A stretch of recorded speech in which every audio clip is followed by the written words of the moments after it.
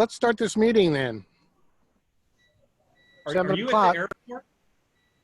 No, I'm not at the airport Why are you wearing a mask? because I'm supposed to, according to the New York guidelines. Oh, Thought And I it don't- was he was a bandit. You want to call the roll, Leslie? Josh Altum, Here. Chris Pugh, here. Mayor Pro Tem Lee, Here. Linda Rhodes, Here. Tad Wandell. Here. Mayor, we have a quorum. All right. So, George, you want to start this meeting off? I know this is you and Lakita's show. Sure. Thank you very much for everybody doing this on relatively short notice. And I think it's going to be productive for us and for council, hopefully. But before we actually start, if you would indulge me for just a minute, I'd like to make an announcement and recognize some of our city staff. This last week on Friday, the city, well, let me go back. As you all remember, when we did the budget last year, the format changed substantially from what it had been in the past. Lakita and her staff made a huge effort to make the budget more readable, transparent, and easier to understand for both the staff, the city council, and the public. And that budget was presented to the GFOA, and we received word this last Friday that our budget presentation had received the GFOA, the Governmental Financial Officers Association, Distinguished Budget Presentation Award. And this is the first time, as I understand it, in at least 13 years that the city of Kennedale has received that budget award. And you know, my hat is off to Lakita and the staff and all of the departments who participated in assembling the data to go into that. But Lakita's leadership in getting that document put together in the form that it was, and in spite of the lavender color of it, we were awarded this award. So Mayor, if I could take just a minute and ask Lakita to explain a little bit about what that award is and why it's a meaningful award for the city of Kennedale. And if I could let her do that and then come back to me for some comments about the budget presentation. Lakita, congratulations to you and the finance staff. Thank you. Good evening, everyone. We got word on Friday that we received the budget award, and we were so excited. When I arrived at the city last summer, I knew that it would be a lot of work to completely redesign the budget and to try to make it more readable. But I kept going back and forth about whether it was something that we wanted to endeavor at the time because of the time frame, the short time frame. I arrived here in July, and it was budget time when I arrived. And I kept going back and forth about whether to tackle it or not the first year or wait until the second year. And probably about the 200th conversation I had with my husband, he said, why don't you just redo the thing, okay? Because I don't want to hear about it all year long. And so I sat down with Leslie and the finance team and made sure, I just had the buy-in and had everybody on board. And so we decided to go ahead and redesign it. And so we know that the budget document is supposed to have 4 components. It's supposed to be a communications device, a policy document, a financial plan, and an operations guide. And the budget that we had in previous years, I think it did have all of those things within it. They were just more scattered. And so we wanted to make the budget an easier read because we know that the whole purpose for the budget is for the citizens to know whether or not the city is making progress financially. And so we just went ahead and put the work in, made it more organized, made it more structured. And hopefully the citizens have had a chance to enjoy it as well. Things are easier to find. And within 60 days of the council adopting the budget, we had the opportunity to submit it for the budget award. And I had a talk with the finance team and Leslie, and I was like, you know what, guys, we gave it our best effort. If we don't get the award this year, don't worry about it. Next year, it's ours. So we had kind of just put it out of our minds and kind of forgot about it. I was really looking forward to them to just give me feedback on what to do next year to make it better. But to our surprise, we did receive it. And so when she notified me on Friday, I asked her when was the last time the city of Kennedale received that award, and she said it was in 2007. So we were just glad we were able to put the work in, to reorganize it, and to make it enjoyable for you guys. And so I want to thank, I mean, I couldn't have done the work by myself, obviously, but my team, Debbie and Tanisha, they worked really hard on everything, and I couldn't have done it without City Secretary's office, Leslie. She's so good with graphics and charts and things like that. And so she definitely made it look good, despite the purple, George. So Justin, thanks to everybody. I mean, the whole team, everybody provided us with the information that we asked for to go in the budget. So I just want to thank all of you guys for your patience and everything throughout that process. Thank you, Lakita. I appreciate it. And clearly everybody did a good job, and we're pretty proud of this. So Mayor, with that, if we could get into the meat of the agenda tonight. I want to say thank you to everybody. That's great news. I think all the council's very pleased with that. And, you know, Lakita, you've certainly been an innovator, and see the whole picture is great. Thank you. All right, Mayor, with that, let me make a couple of comments. Lakita is going to make a presentation to you in a few minutes. And we have today delivered a copy of that presentation to you.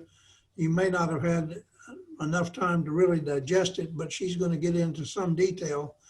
But essentially, as you know, the council generally receives the city manager's formal proposed and filed budget around the first week in August, and we have a work session to present that budget to the city council.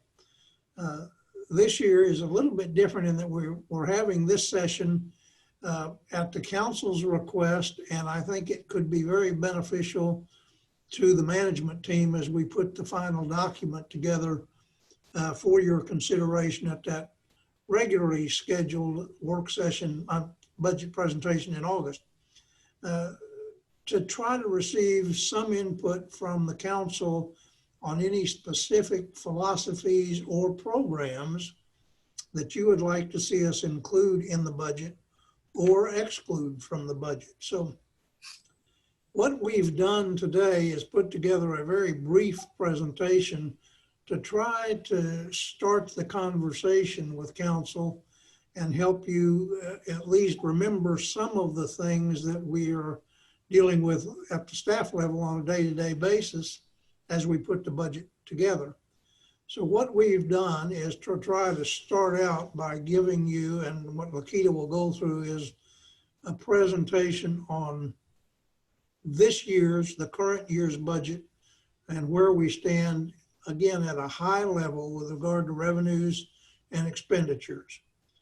And then we're going to do the same with some projections for what we anticipate will happen or could happen in the next year's budget as we're trying to finalize some of that document for your consideration in August or starting in August. But I want to reiterate that what Lakita is going to go over this evening is very high level. A lot of these numbers are clearly going to change.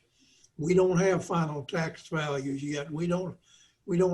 I have not yet been able to go over the department's requests with every department head yet, but we wanted to get what information we do have in front of the council so that you could react to that and or embellish it with your own thoughts about the budget process this year. So please keep in mind as Lakita goes through this, that probably nearly every number she talks about, while we've tried to estimate it as closely as we can, we're certainly not there in terms of making recommendations to you. So what you're going to see tonight is not a recommendation, but it's trying to give you as broad a perspective on where we are going into next year's fiscal budget as we can, and hope to elicit as much dialogue from you as you're willing to provide to us this evening. So with that, I'm going to ask Lakita to go through the presentation, and I think she's going to share the screen and that presentation with you so that, and ask questions as we go along. But our primary objective is to get to the end of this and then listen to what you have to say and what you would like to see in the budget document. So Lakita. Wait, George, so you're saying that we will go into the numbers a little bit deeper. This is just a broad overview, and we'll be looking at things a lot closer in the August meeting. Oh, absolutely. You understand, and you'll remember, Mayor, that I'm required by law to file a budget with the city secretary, a proposed budget with the city secretary in August. That's not what this is. It's an overview of what we think could occur in terms of revenues and expenditures. And we've got in this presentation a list of new programs that have been suggested, recommended, or requested by the department heads that frankly, they and I have not yet had a chance to talk about in detail. So you're getting it at a very early stage, and we've got the next 2 to 3 weeks to work through that and come up with a recommendation to file pursuant to statute before that meeting. And then we'll schedule as many work sessions as the council wants to have to get to the detail and the final budget. Other questions before Lakita starts? All right. Lakita, it's yours. Okay. Leslie, can you bring it up?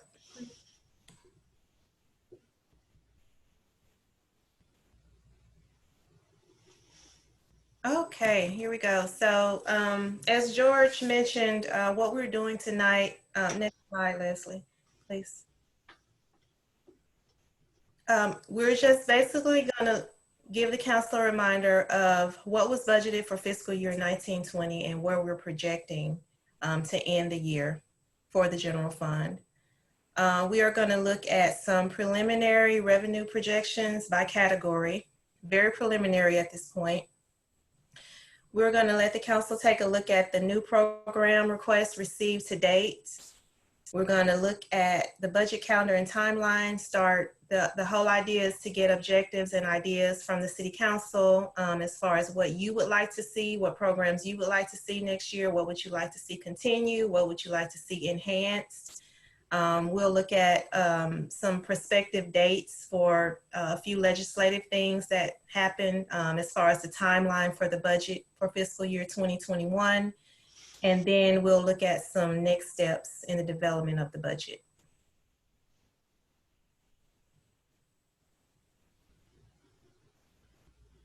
Okay, so the first slide here, we have our current budget.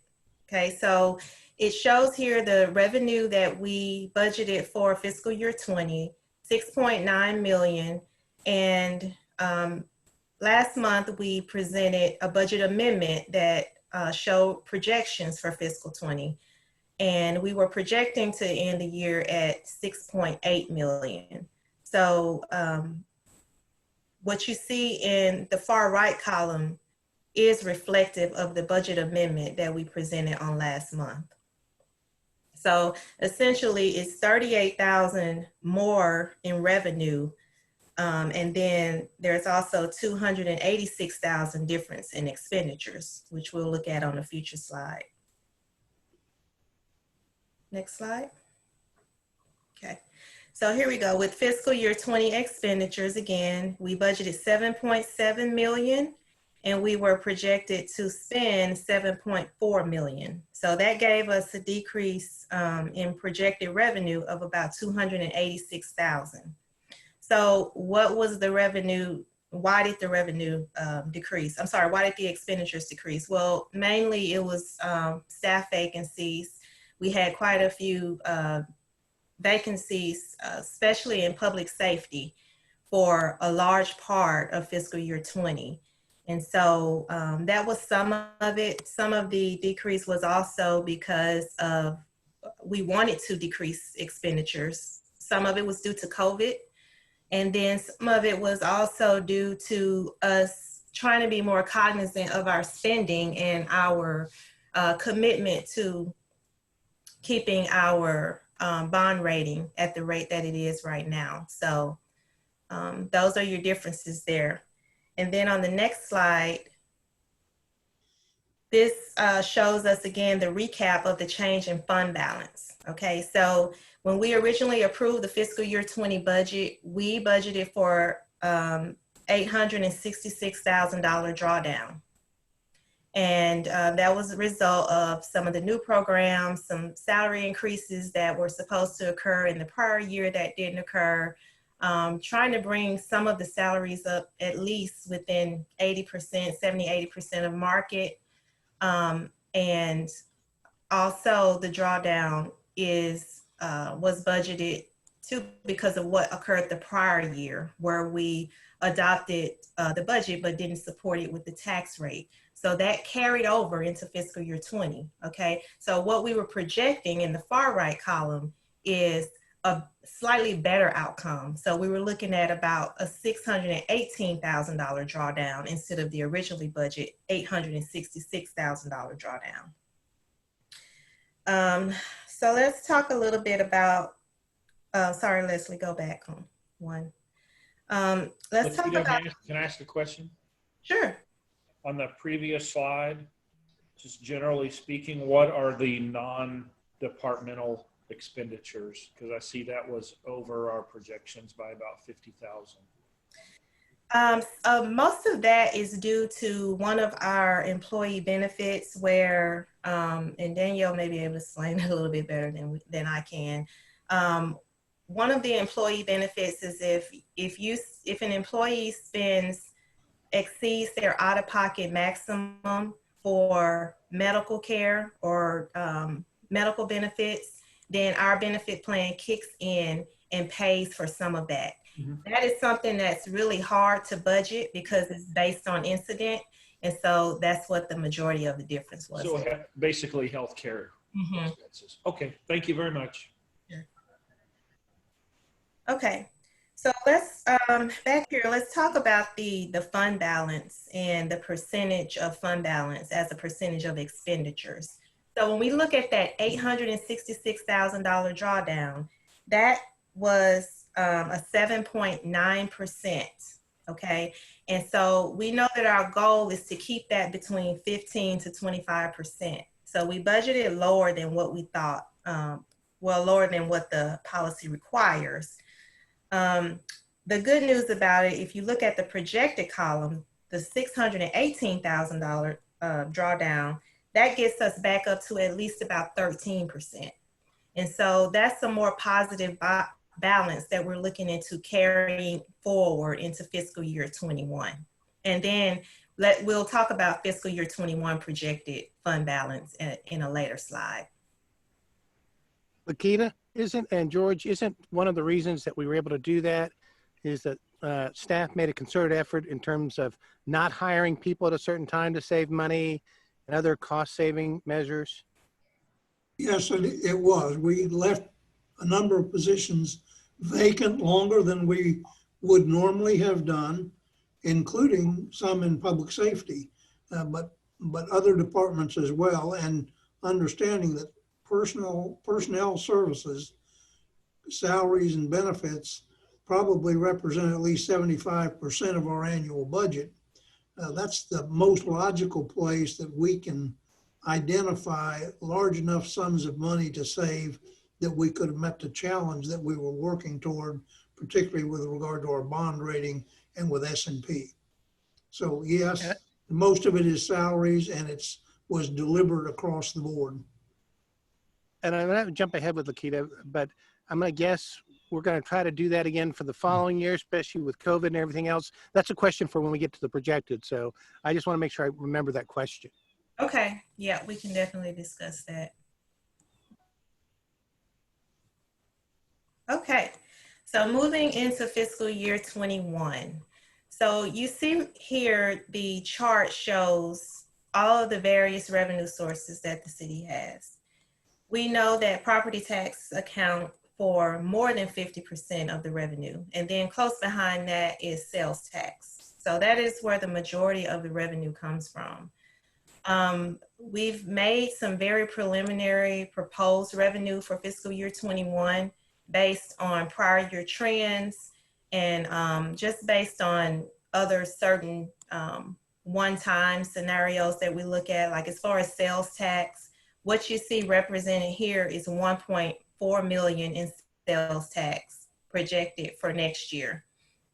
But that is based on a 5% increase in revenue. Historically, we have increased more than that for sales tax, but this year we know we had COVID-19 and some businesses have struggled to survive, and you know, we're just kind of taking that into account. We don't want to overstate our sales tax, but at the same time, we don't want to project it too low.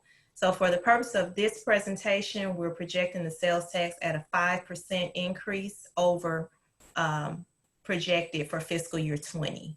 But this is a good example, if I could, Lakita, of a number that could easily change as we continue to monitor sales tax, and depending on what happens with business openings and closings and what the governor does and how it impacts our sales tax. So that number still may be too optimistic, but we'll look at it much more closely as we move toward August.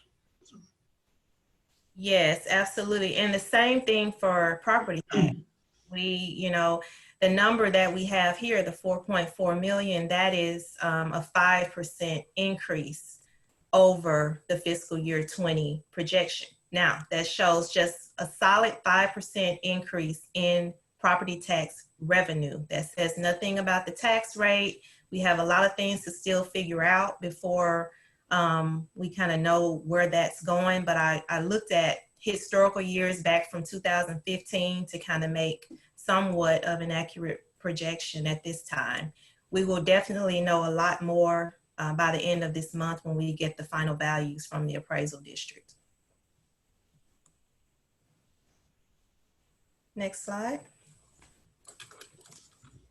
Okay, so this slide shows just the breakout again of the revenue by category and the 7.1 million. Next slide. Okay, this one shows the expenditure forecast for fiscal year 21. Now, keep in mind that this total does not include new programs. These numbers are still very preliminary because we are still going through, having discussions with the departments, seeing what the cost would be to maintain the programs that we currently have. There are a lot of discussions that still have to take place with this particular expenditure forecast. And so, next slide, Leslie. So one of the things that I wanted to talk about was, I'm sorry, Leslie, can you go back to slide 6? There we go. So the 7.1 million in revenue for fiscal year 21, and then we're looking at 7.8 million in expenditures. Okay, we all know that that doesn't add up, right? If those were our solid numbers, we'd be looking at more than a $700,000 drawdown. Okay, but again, we know that there are a lot of moving pieces still. Obviously, the new programs that are presented this evening, they have not been vetted through the city manager's office. This is in no way a formal proposal. So when you look at the 7.1 million in revenue and the 7.8 million in expenditures, I don't want you to get scared about it, because there are a lot of things that we still have to look at. And we've been very conservative about our forecast for property tax revenue, which accounts for more than 50% of the city's revenue. Let me give you an example of why I believe the revenue would be more for property tax than what we have presented here. If we look at fiscal year 2015 to 2016, property tax revenue increased by 9.2%. That was because we had a 2-cent tax rate increase that year. From 16 to 17, there was a 5% increase in revenue. From 17 to 18, there was a 10% increase. So we've had an increase every year, with the exception of from 2018 to 2019, where we lowered the tax rate 5 cents. So outside of that anomaly year, we have had a steady increase in property tax revenue. And just to remind the council, we talked about the potential of increasing the property tax rate again for this coming year, which may be something that the council may want to do. Once we get some real values in, and once we see what values are new versus what values are reappraisals, then we can start working on the tax rate. The first thing that we need to find out is what the effective rate is, which they changed the name of that with Senate Bill 2. I think it's now called the no new revenue rate. And then after that, we will calculate what used to be the rollback rate. And now that is called the voter approval rate. Either way. Lakita, if I could, I just want to reemphasize something Lakita just said about the tax rate. What she has projected here with a 5% increase in revenue for property taxes includes any new value. It includes whatever the tax rate generates. And you'll remember last year when we adopted the budget, and when council adopted the budget last year, we talked about the potential need, because of what S&P did, to put us on credit watch and needing to build our fund balance, that we would need to look very carefully at each year going forward to make up that issue that was created in 18-19 with the tax rate cut of 5 cents. And we may need to gradually build that back up some. So that's the reason there may be a need, and council was aware that we needed to at least look at the tax rate, again, keeping it below the rollback rate. But there could be a need to do that if we want to continue to get that fund balance back where it needs to be based on our policy. But it's premature to say what that would need to be at this point. Lakita, can I ask a question on expenditures again? Sure. So does this include any of the offset that we may get from the CARES funding that was allocated to us from Tarrant County, or are you guys still working through where we can apply that to the current year's expenditures? Well, right now it does not. So the only thing we've done so far is we've collected the funds from the county, and we've created a different fund in which to manage that money. It cannot be commingled or associated with the general fund as far as for reporting purposes. Now, if there are expenditures that are identified, and George is making a list of those right now, once those are identified as eligible COVID expenses, we may be able to reimburse the general fund. So the short answer is possibly, but not. George, do you have any idea what, I mean, are we talking 5,000 or 50,000, or do you even have a guesstimate at this point as to how much of the CARES money we'd be able to reimburse back into the general fund for COVID expenditures? No, because part of that, Chris, is it's a moving target. And in fact, I think yesterday I received some refinement in the guidelines from the department, from the Treasury Department and from the county, because there's just been a lot of difference of opinion about what in your current year's budgeted funds could be supplanted with COVID or with CARES money. And the biggest issue is how and what part of police and fire salaries could that CARES money be used for, thus freeing up some money in the city's budget.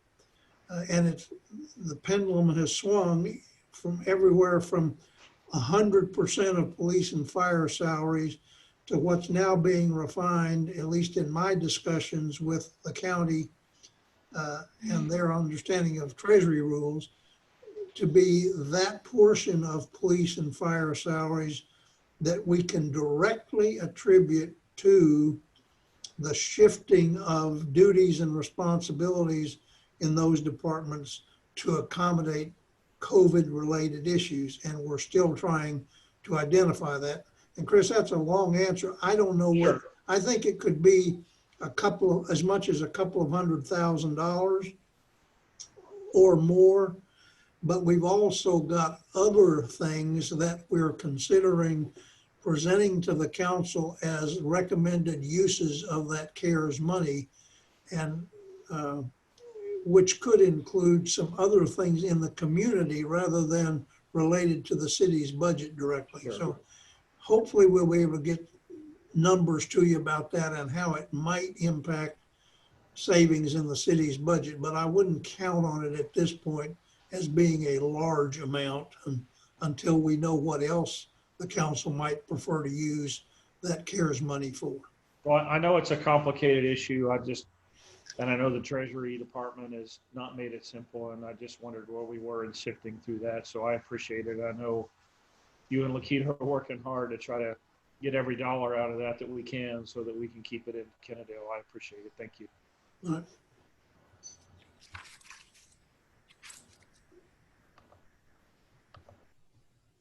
Next slide.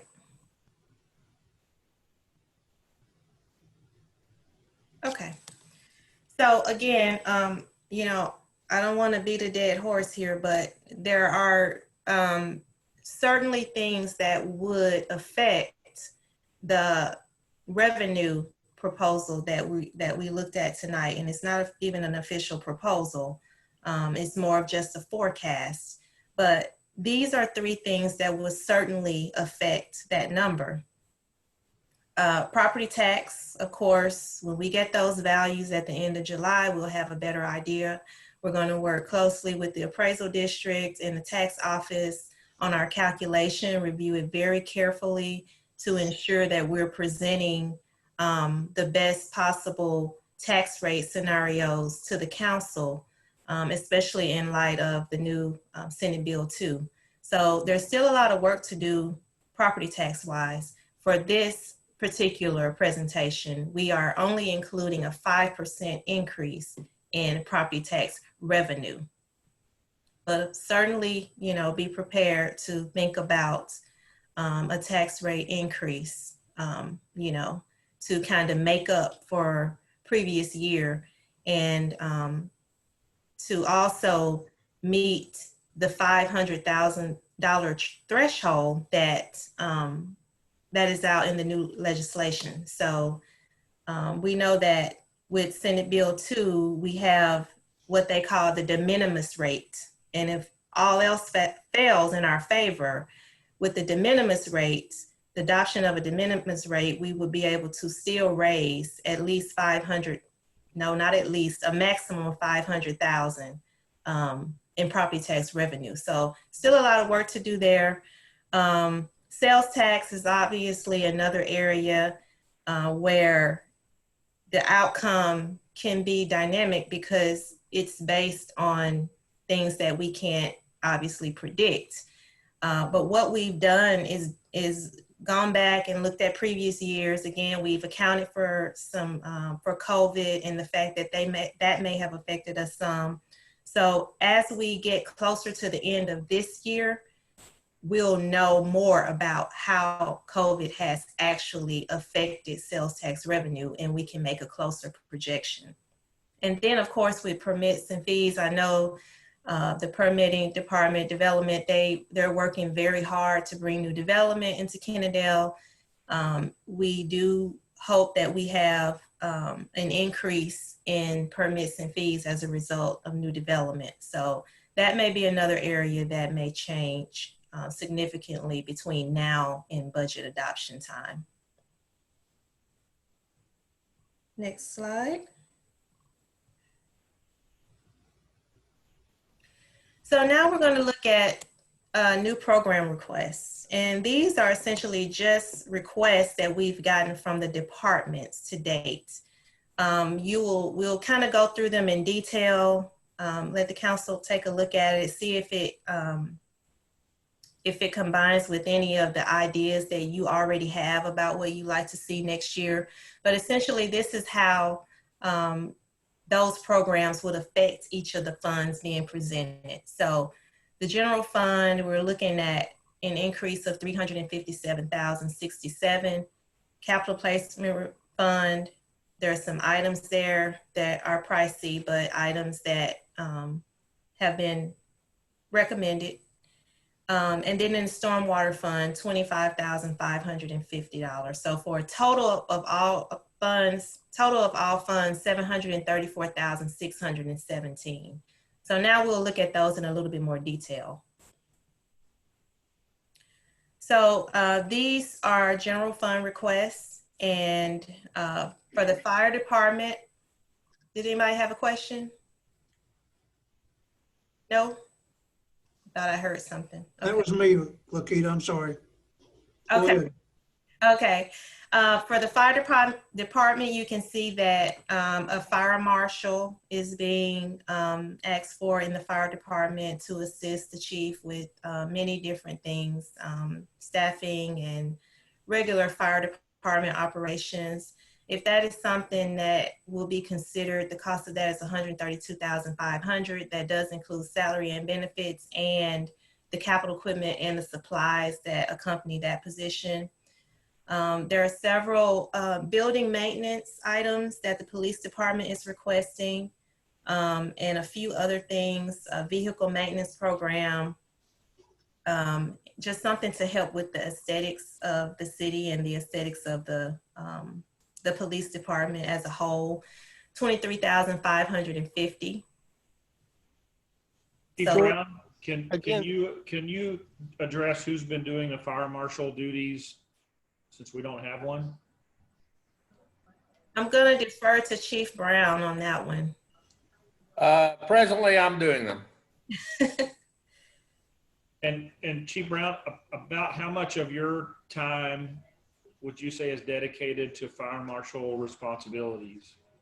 Well, it varies. And I say I do them. I do a big portion of them from the plans, reviews, and inspections. But actually, our shift personnel, we do annual inspections on every business in the city. And our fire crews do those presently.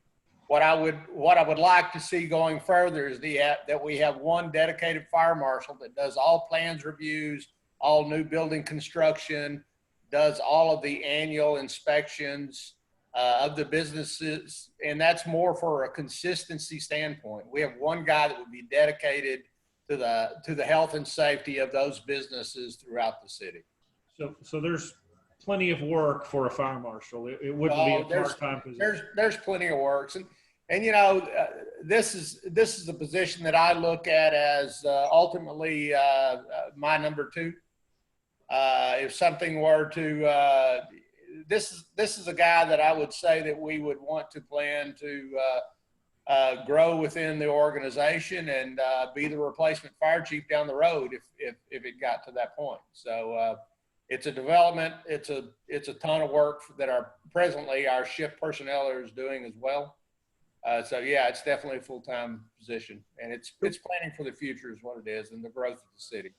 George, this is, again, these are just, they haven't already gone through you for approval or not. These are just the requests. Absolutely. And obviously there's a lot of prioritization that's going to have to take place, because when you're looking at the numbers you've seen already project just in current level of service, a potential of $750,000 drawdown of the fund balance without any of these. And there's a lot of prioritization that's going on right now. So obviously the city can't fund everything you're going to see on the next 2 pages. And it's a matter of prioritizing. What you're asking over these next 2 pages is to just have those things in our mind Correct. and then start processing them at the end. And if you have an opinion about them, because I'm hoping that we've, to some extent, identified on these pages things that you all have said to us that you think are important and we ought to at least be looking at and trying to determine how to achieve in the years ahead. So it's, yes, it's a benchmark to try to start thinking about what you're going to see in August. And I'm going to have to make some recommendations on these things between now at your August meeting. And so this is clearly any feedback you give me now on what highest priorities could be will help me put that together in a more meaningful fashion. Would this be a position too, let's say if we decide this was one that you might hold off for 4 months in terms of trying to get the budget numbers back into place?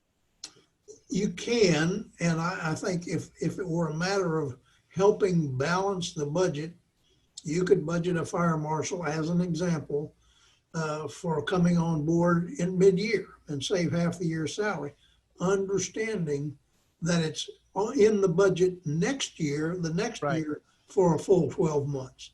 Right.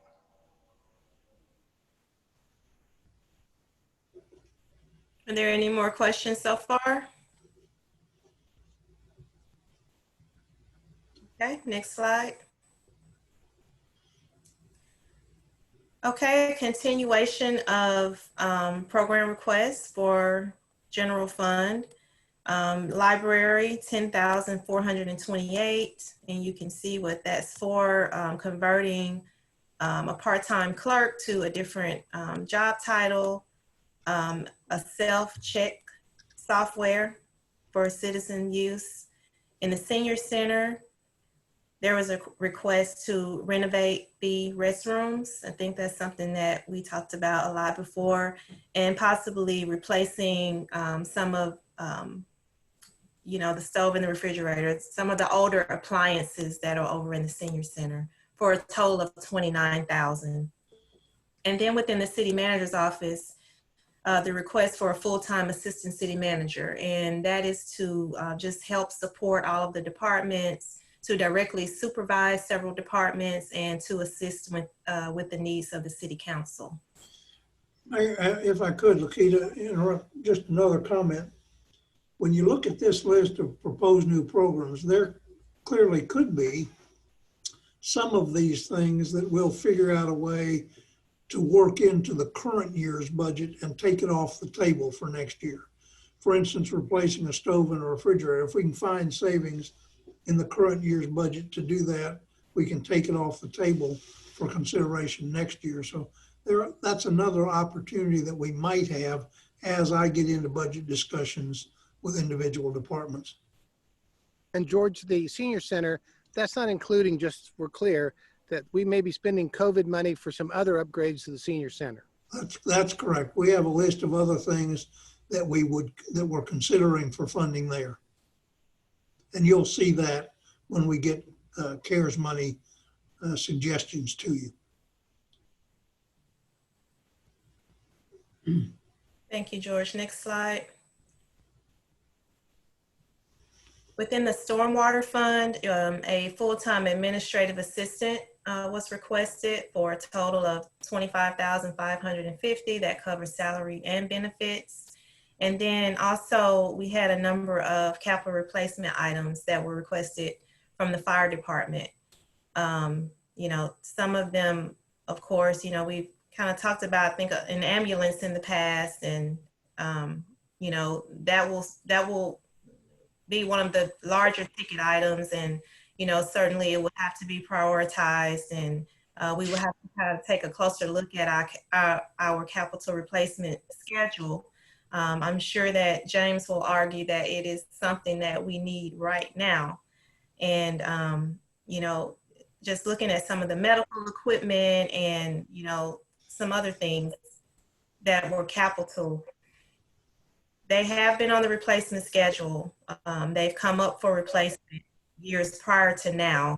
And so this year, we just want to kind of take a look at it and see if there's anything that we can tackle for fiscal year 21. But again, these have not been vetted through the city manager's office. There are several ways that we plan to go through and create justifications and discuss justifications to bring forth to the council at a future date.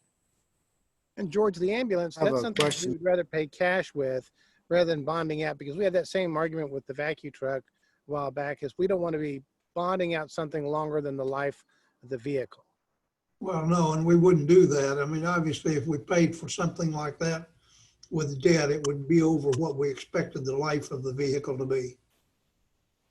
Mayor, how isn't this the third budget we've discussed the ambulance replacement at least 3 in a row?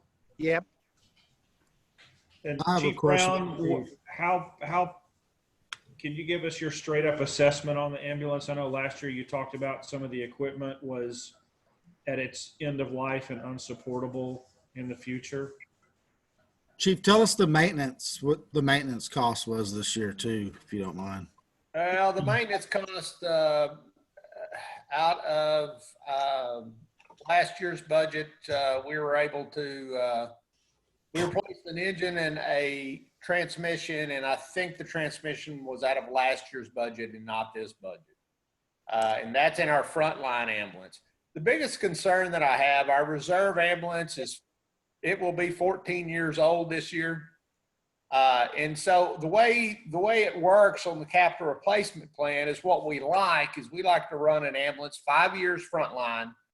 And then once it's at the end of 5 years, we put it in reserve status. And what reserve status means, if the frontline ambulance is down for maintenance or anything associated with that, we put that reserve ambulance in place and we don't skip a lick.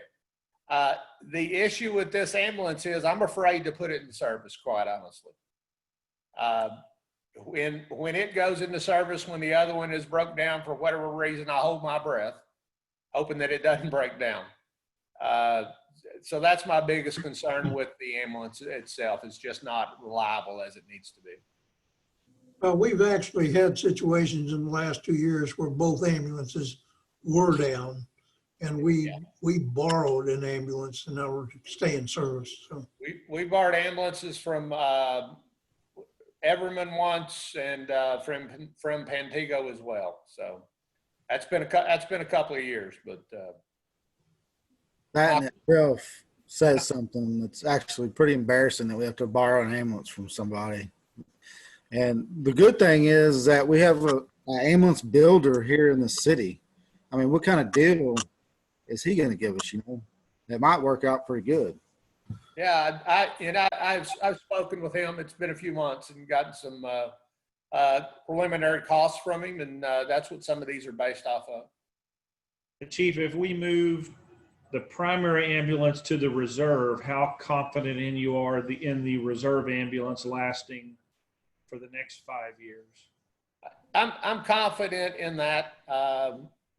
It's a 2011 model, and like I said, ideally we like I'll say end of life on them is predominantly about 10 years. I guess the plus with our frontline now is like I said, last year and a half ago, we did put a new engine in it, and we have put a new transmission in it. So from a motor train standpoint, we're doing all right. So if we were able to replace this one this year and replace the reserve in 5 years from now, although it will be roughly 14 years old like this one is, if we will just continue in the future, try to obviously to keep a total 10-year life on each of them, it definitely makes it a whole lot more predictable for us. And is there can we get anything for the reserve ambulance, or is it basically scrap after you strip out equipment and supplies? We can't get just a whole lot for them. I've seen across town, locksmiths will buy them, and you know, different. I saw one that was a tree company bought an old ambulance from somebody, so they don't have a tremendous amount of value. Okay. Thank you, Chief. Uh-huh. Hey, I have a question about the administrative assistant. Out of that 25,005, how much is that his salary? Oh, Do you have that available right off the top of your head?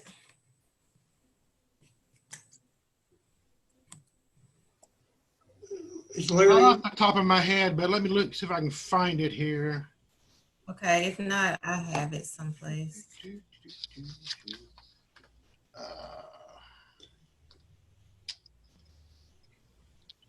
that's not likely a full-time position, is it, Lakita? What it It is says taking our full-time. existing part-time and making her full-time. Ah, okay.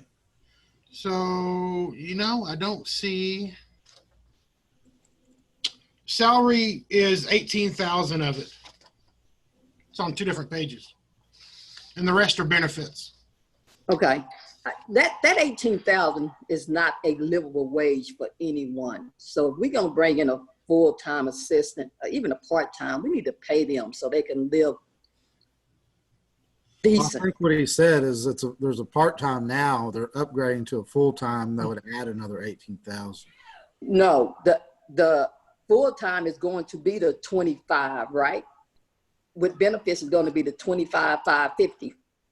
Correct. I think, Sandra, that, and Larry, correct me, what we're saying is it would take $25,000 to supplement what we're already paying a part-time employee to make that person full-time.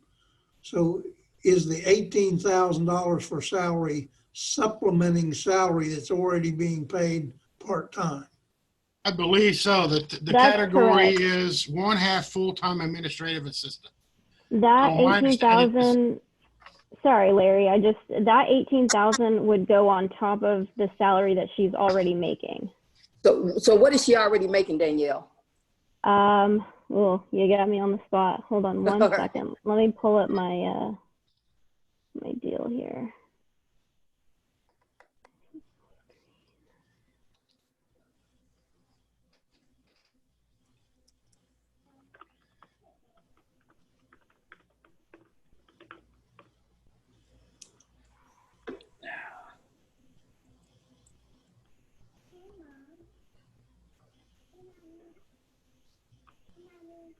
When she's done with that, George, if you don't mind, I'd like to make a suggestion about something. I want to start it now because we'll probably get in talks about it.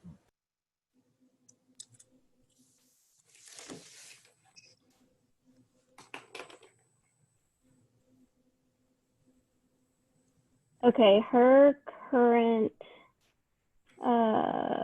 rate of pay is, I can pull this up.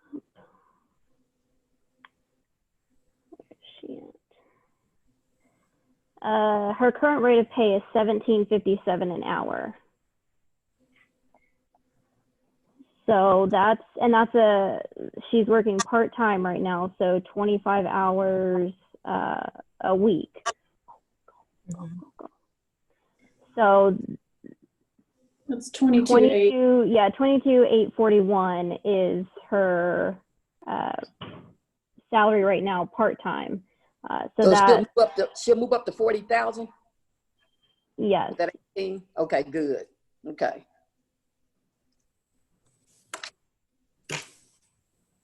Josh, I'm done. It's like about 45,000 between. 45. Yeah. Okay. Or in salary and benefits to make it full time. All right. So yeah, that's right. It was just the 25,550 was the increase. Okay. Any other questions on this slide? So I've noticed that the planning department had not suggested any new programs. I know George and I have talked about it before, but I would like to suggest using Buxton. If anybody's not familiar with that, you know, George could probably explain it, but I think it'd be a great asset for us to use to help make the city better and help grow. Yeah, Josh, we have talked about that, and I'm pretty familiar with Buxton in the past and have used them on several occasions. Melissa's probably pretty familiar with them, but they can certainly be an incredible benefit in helping you identify what your target industries or your target businesses should be based on the research that they do. So it is a possibility that we could use some, and we could incorporate some funding to engage Buxton to help us in our economic development efforts. I would argue, I would say too, you might want to go back, George, and look at the previous Buxton study that we did do in this. We did do a Buxton study a while back. And so, and see how that compares to whatever they do the next time. Because, you know, they do the economic circles of both in 3 miles, 5 miles, looking at the demographics and all that. They did that for us a while back, but it's been a while. Good suggestion. We can certainly look at it. All right, thank you. Thank you. Next slide. Okay, so where do we go from here? So we're already looking pretty close to mid-July right now. And so between the rest of this month and next month, we can have various meetings, special meetings. We can have workshops as needed. Just kind of depends on what feedback we get tonight. And of course, there will be a lot of discussion as well after we get the property tax data back. So any future budget workshops, we can certainly schedule those as needed. We are still working on a budget calendar. We want to be sure that we check all legislative updates and things like that before we release anything final. So some of these dates may change. These were just some kind of target dates that we put out there. Typically, we adopt the budget around mid-September. So our September meeting in September will be September 15th. If that is the night that we adopt our budget, on that night, we'll consider adoption of the budget and the tax rate, along with, of course, having probably another budget workshop. And then, of course, prior to that, we'll have to work backwards and have 2 public hearings on a tax rate increase, if that's the case, and then a hearing on the budget as well. So the dates presented here may move around a little bit, but we'll keep the council apprised of the set dates that we have to stick to legislative-wise. But we just wanted to kind of put some things out there to remind the council of some of the mandatory meetings that we have to have with the budget adoption process. The council will recall that in the past, we've presented the formal budget, filed it with the city secretary, and presented it the first week or so in August, and then scheduled as many budget work sessions at regular council meetings or special council meetings as council determined they would like to have. But we always posted budget discussions on all of your agendas following that budget presentation until it's adopted by the council.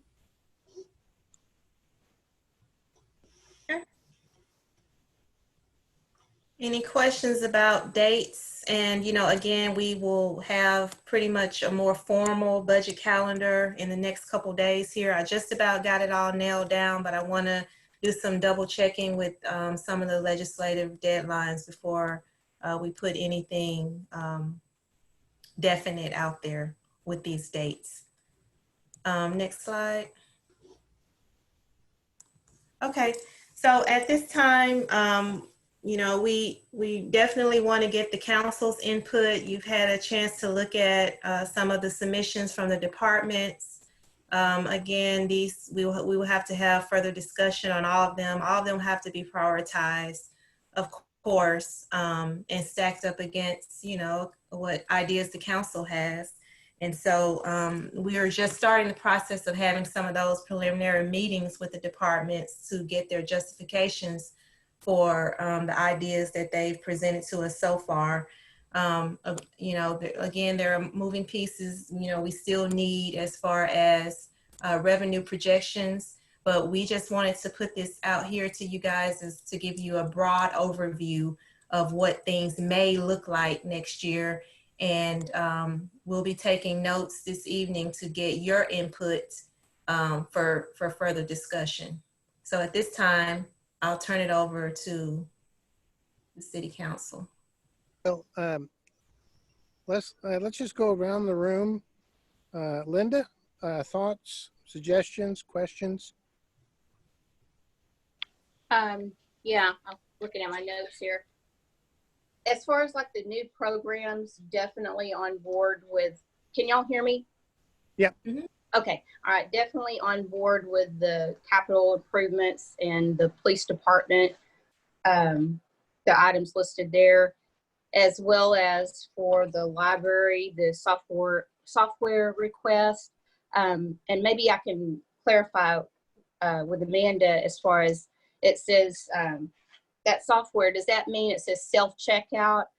Like that would be an asset for the city to have, especially now with the COVID stuff going on. Is that correct? Mm-hmm. That's basically why I'm requesting it. Good. It's an app that goes on the patron's phone. And so they don't actually have to contact anything other than the books they're checking out in the library. So they don't have to stand in line. They don't have to do any of those things. So I'm looking at I haven't had a chance to talk to George about this yet, but it's one of those things I'm trying to find a different way to fund if possible, because it has to happen for us to be able to open safely. But I wanted to include it in my presentation here in case for some reason we can't secure those other funds. Okay, great. Thank you. And also, we all know the great need for the senior center, you know, some things there to be improved upon. As far as all of the positions on there, staff has done a very good job as far as putting a hiring freeze on existing vacancies. I think we need to be very careful with generating any new positions at this point in time. There was only one that I know that the council has expressed a desire to definitely start looking into, and that's for an assistant city manager. I personally think that that can be lowered, the dollar amount that was proposed, but these are all my opinions, and would like to hear what other council members, you know, how they feel on that. But I think really we just need to be careful about opening up any new positions at all at this point in time. But, and I realize this is all talks and great presentation. Thank you to Lakita and congratulations again on the award. Good job. Chad? You know, same kind of sentiments as Linda. You know, there's a lot of us, me included in this, that our businesses have come to a grinding halt. I mean, both of my businesses have basically stopped. My last event in my event business was back in February, and everything since then is canceled. I even had to go back and refile my taxes for all the refunds I had to dish out and give out. So some of us have taken some pretty nasty financial hits this year.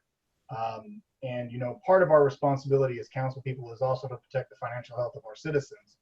So, you know, as much as I would like to give everybody what they want, it's definitely going to be, I think, a position that we're all going to be in to have to go, hey, you know, we'd like to have this, but it doesn't make any sense to do the expenditure at the moment. With that being said, though, I think one of the things I'd like to see when we get suggestions from everybody is just, you know, what can we absolutely not live without? You know, Amanda was saying we can't even open the library without having some way to, at the current moment, keep people apart from each other to practice social distancing. So if there's things like that where it's like, you might as well tear the library down if we don't get this, then we need to know those types of things. Because that's definite. You know, even like with the Senior Citizen Center, is it even open right now? And if it's not, maybe we can delay some of those expenses to be further down the road to where maybe they straddle part of this year and next year so that we can split those up. Just kind of thinking off the top of my head here, but, you know, just really take a look at what we're spending this year, just because there's a lot of us that are hurting. And I know in the game that we're in right now with the way it is that, you know, too much of a move financially for some people could literally put them out of their house and home because they can't pay the tax payment. And so I would definitely like to, encourage all of us to just be aware of that. We still have a city that has to run and meet the needs of the city, and that does take money. So just be aware. Chad, not Chad. Sorry, Chad, I got you. Josh.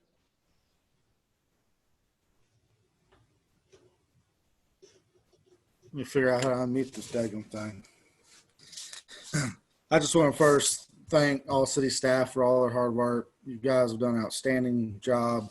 To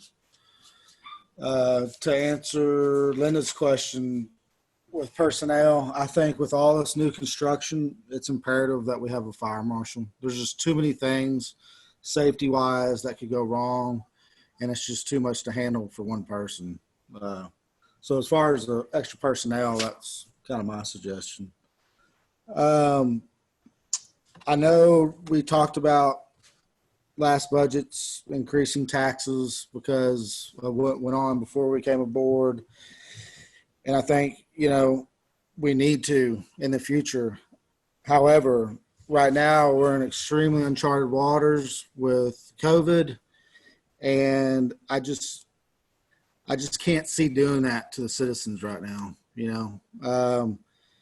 Some of your numbers you came with the 5% increase in sales tax and tax revenue, I think those numbers are just way too generous, especially with sales tax. I would think we'd have at least a 10% drop in sales tax.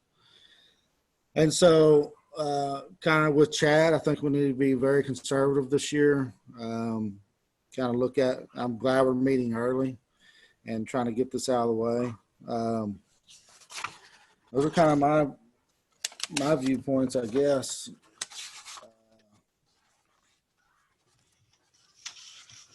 But other than that, I want to thank all you guys for your hard work.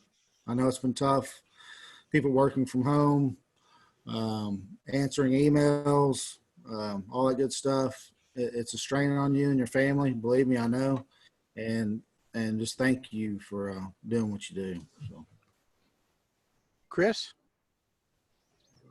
Well, I'm very conflicted, to be real honest, because I know I kind of want to say some things that several people have said. I certainly agree with Chad. We're in some very difficult times. Raising taxes does not make me feel good this year. But I also reflect on what Josh said about a fire marshal, that we've approved a tremendous amount of development, and some of those projects are already underway. And the safety of those projects being built well, being compliant, whether it's structurally along with fire safety, is very important to our community. And that's just going to continue to add more and more work on our existing firemen who already are involved with other issues. And I think the other thing that really weighs heavy on me is we've been talking about replacing this ambulance since before I was even a member of the council. I think 4 years ago, when I was at my first budget meeting as a citizen, and before Chief Brown even came on, there was discussion about the ambulance. And every year I hear emphasis in the chief's voices about the deteriorating condition of this ambulance, how it continues to get worse and worse. And I think Josh, you said earlier how embarrassing it is we've had to borrow ambulances. We've all seen Forest Hills ambulance sitting in our bay. And when I hear Chief Brown say I'm nervous when that ambulance is in service, that concerns me as a citizen, and it certainly concerns me as a member of the council, that my life could be dependent upon an ambulance that our fire chief doesn't feel good about. So I would say my priority for the new expenditures would be to try to find a way to facilitate getting this ambulance. And probably the fire marshal would be my second priority.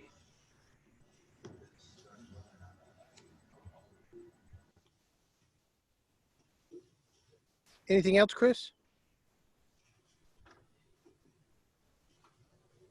Sandra?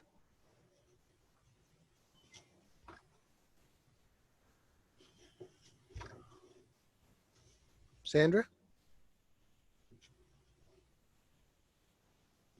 Hey, can you hear me now? Yes.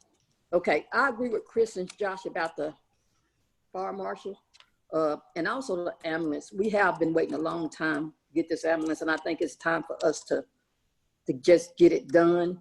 I think we can wait for the assistant city manager. I think we have someone who's already on staff that if we need her to step in, that she can do it and do a great job at it. The senior citizen center is something that could probably wait since it's not being used. And I think we need to make the police department also safer with the divide wall and the secure wall. But I'm not for a tax increase at all this year.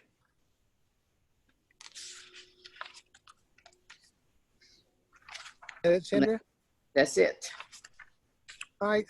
Yeah, I'm pretty much in agreement with Sandra on those points of view.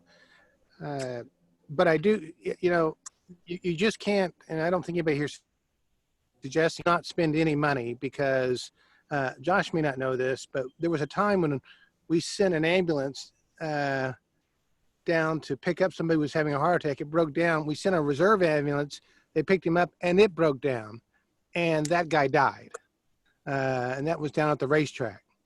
So, part of it is you want to run a financially conservative community, but your primary goal is public safety, like Chad said, and running the city effectively.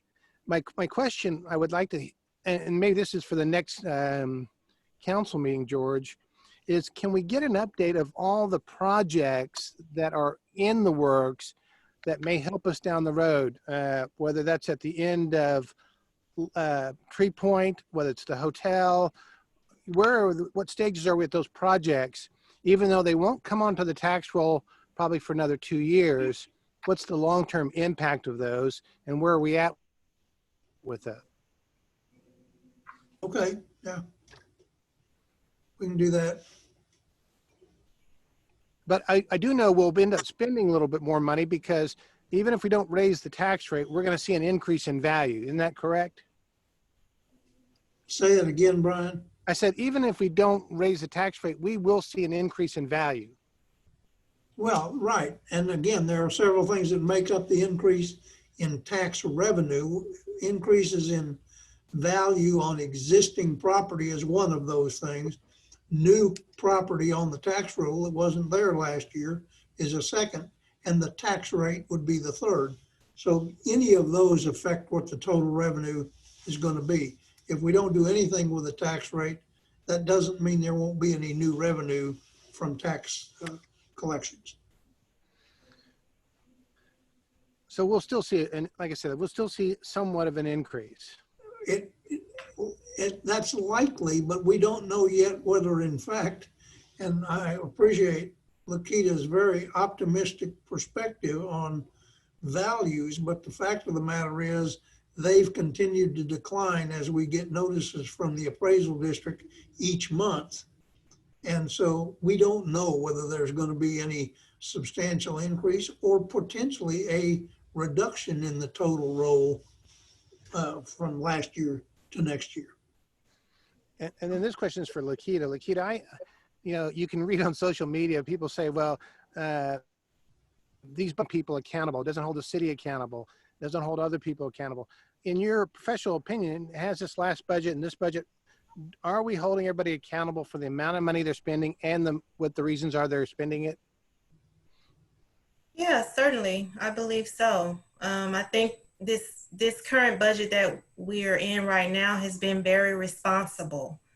We have responded to any number of input that we've had about our financial situation, including that of the rating agencies. They took a really detailed look at what we were doing and why we were budgeting for continuous drawdown of the fund balance for at least 2 years in a row, and to come up with more than 200,000 worth of savings. The hiring freeze that we put on, as well as being more cognizant of expenses due to COVID and looking at things and trying to see what we need right now versus what can wait. I think that fiscal year 20 was somewhat of a potential comeback year for us from the previous year of lowering the tax rate. So I think it was very responsible. And so we'll just have some kind of tough decisions to make about the property tax rate. I'm hearing, that a lot of the council members do not favor an increase. We will just have to see what the options are and what that looks like. Like again, we want to keep in mind, we are still playing catch up, so for next year, we will have to take a hard look at that to ensure that we get enough revenue to cover even existing programs. Mayor, if I could interrupt, if nobody else wants to look at the slides on the screen, could I ask Leslie if we can take that down? There we go. Thank you, Leslie. And George, when we do hiring freezes, this does have an impact on city services too, doesn't it? Obviously, we try to minimize that, Brian, but yes, it could. The fact of the matter is the city of Kennedale does not have a lot of bench strength in any of our departments.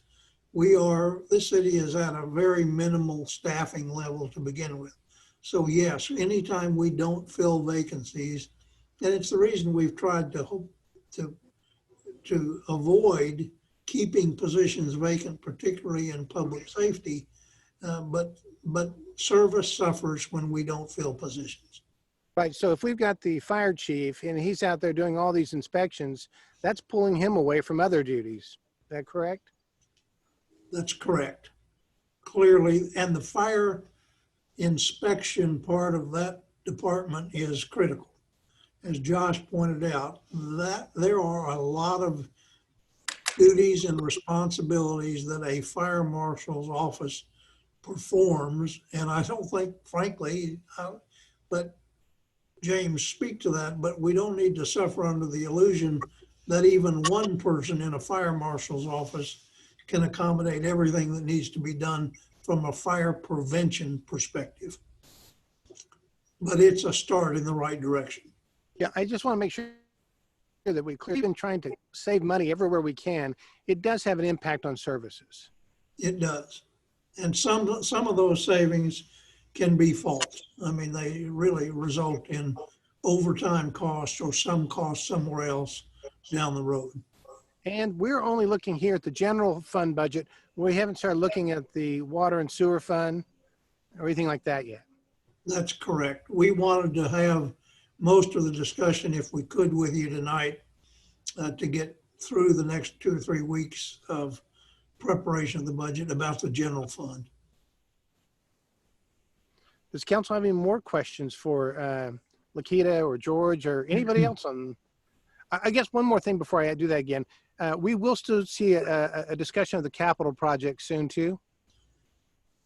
Yes, and we sent a report to you, I guess, last week, right, suggesting that we, of the priorities based on the conversation you had, that we would propose to move forward with without, if we didn't hear differently from council. I don't know that we've gotten any responses from you on that yet. I have not yet. And so, yeah, the idea was, to put out, the staff's recommendations of those projects in the order that they should fall in. And if we didn't hear any different, we would go ahead and start securing some of the contracts for some of those projects. Lakita, do you accept late papers? Certainly. Comments for George or Lakita or the chief or Danielle or Larry? Well, Brian, I'll just say I like that you brought up the construction projects, because I do feel like we're not in the loop. We have just last year, I think we've approved over 6 different projects, and we see ground breaks, and that's it. It's like everything's on hold. So Yeah, I definitely like to hear some feedback on that. I also want to say George kind of hit something with the fire marshal when he mentioned fire prevention, because the fire marshal doesn't just go out and do inspections on buildings. He'll also do fire prevention for the elementary school and the middle school, and go there and talk to the kids and educate them on fire. And so there's a lot more things that a fire marshal does than just inspect buildings, but that's all I got. Any other council members? George, any concluding remarks?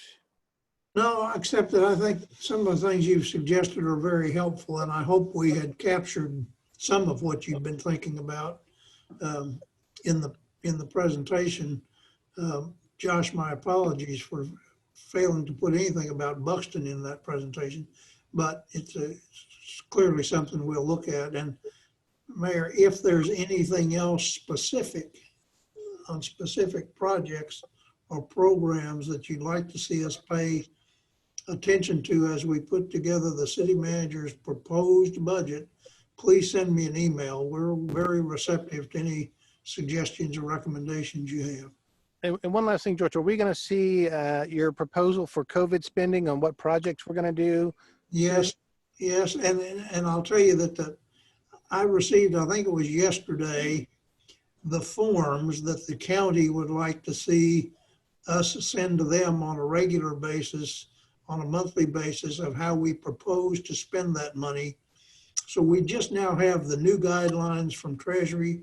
We have the budget forms from the county, and we've been accumulating a list of potential options for how to spend the money. And I'm going to get that to you in a report just as quickly as I can. And that money has to be spent by the 31st. That's as far as it goes right now? 31st of December. It has Right. to be spent by the end of December, although the county has said to me that it's not impossible, that because of the increase in coronavirus incidences and what's happening, that deadline could be extended, and some of the money we've received could be spent for things that occur past December 31st. But right now, that's the date we're using because it's the only guidance we have. Okay. I got one more thing. Can any of that money be spent towards the library, since that's going to be a preventative measure for COVID, to do the online deal? So it can be spent for any of our operations that are the result of and directly the result of the COVID-19 issues.